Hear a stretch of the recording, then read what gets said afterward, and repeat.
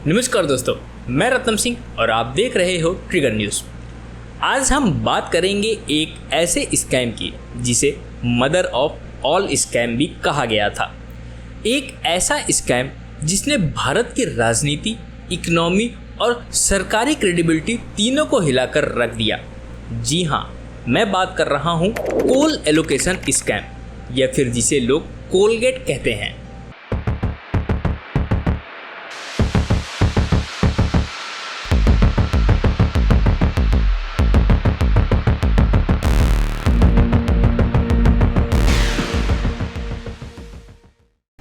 दोस्तों, सबसे पहले समझते हैं कि कोल इतना इम्पोर्टेंट क्यों है।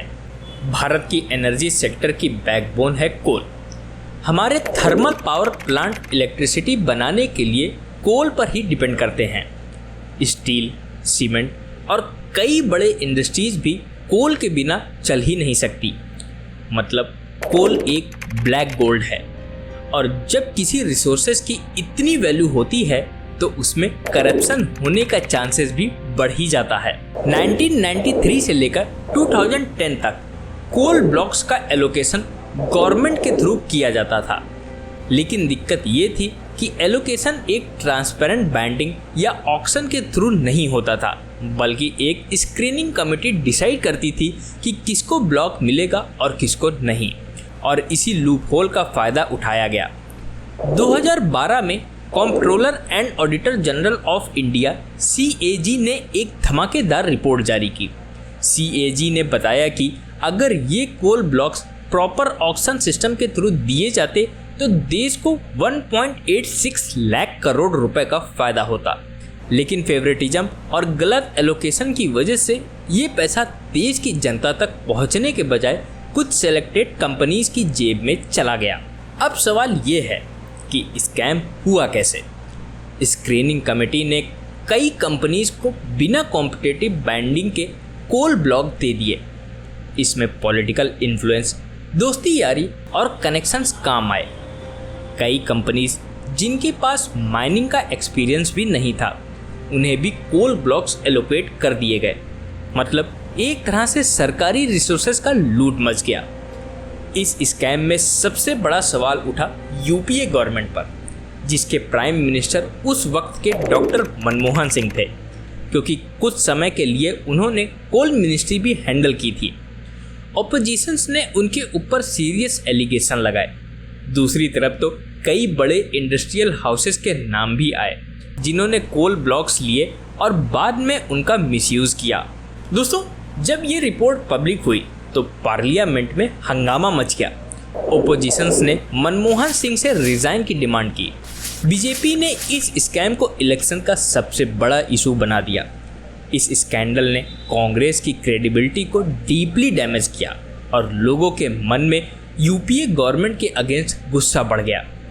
यही वजह थी कि 2014 के लोकसभा इलेक्शन में कांग्रेस को बहुत बड़ा नुकसान उठाना पड़ा।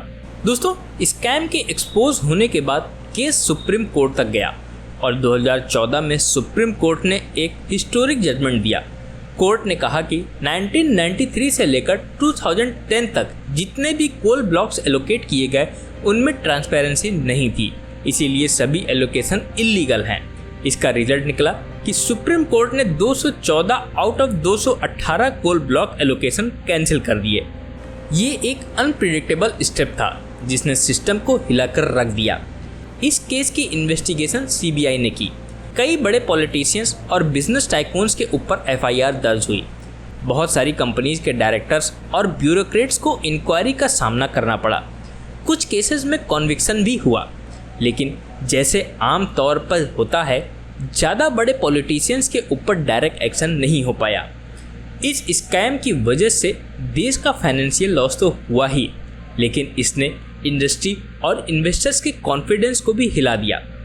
फॉरेन इन्वेस्टर्स ने इंडिया के पॉलिसी सिस्टम पर सवाल उठाए और आम आदमी का भरोसा सरकारी इंस्टीट्यूशन पर और कम हो गया। दोस्तों, कोल एलोकेशन स्कैम सिर्फ एक पैसे लूटने की कहानी नहीं थी। ये एक एग्जाम्पल था कि जब ट्रांसपेरेंसी नहीं होती तो देश के रिसोर्सेज कुछ लोगों के हाथ में चले जाते हैं और आम जनता के लिए कुछ नहीं बचता। सोचने वाली बात यह है कि अगर 1.86 लाख करोड़ का पैसा सच में देश के इंफ्रास्ट्रक्चर, एजुकेशन और हेल्थ केयर पे खर्च होता तो आज भारत कितना आगे होता। आपको क्या लगता है, क्या आज भी देश के नेचुरल रिसोर्सेज का मिसयूज हो रहा है? अपना जवाब कमेंट सेक्शन में ज़रूर बताएं। वीडियो पसंद आए तो लाइक करें, शेयर करें और ट्रिगर न्यूज़ को सब्सक्राइब करना ना भूलें। तो दोस्तों, मैं मिलता हूं किसी और वीडियो में किसी नए स्कैम एक्सपोज वीडियोस के साथ। तब तक के लिए जय हिंद, जय भारत।